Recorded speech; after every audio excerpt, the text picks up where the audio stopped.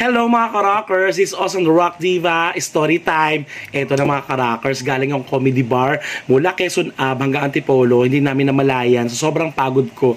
Hindi na namin namalayan na nakabukas yung trunk ng sasakyan ko. Ibig sabihin yung likod ng sasakyan na kung saan nakalagay lahat ng mga gamit ko doon, mga sapatos. So, ang ending, nakabukas siya habang bumabiyahe kami, tapos nahulog ang isang kapares ng sapatos na to. Okay, yan. So, ito ginagamit ko to sa mga show mga ka-rockers and customize siya. Kaya naman, kung sino pong nakapulot ng sapatos ng kapares nito, nako, mag-PM ka na sa akin kasi meron kang pabuya, okay? I-PM mo ako sa aking page sa Facebook, Ka-Rockers, o kaya naman dito sa TikTok, okay? Ang gawin mo, i-PM mo ako, tapos picturean mo together with my shoes, okay? Hindi naman nalulungkot siya kasi nag-iisa siya, di ba? Nakakatawa para ako Cinderella, nawalan ako ng isang pares sa sapatos. Ang tanong, sino kayo nakapulot? Prinsipe kaya? Gwapo kaya? Kaya naman, PM ka na, dali!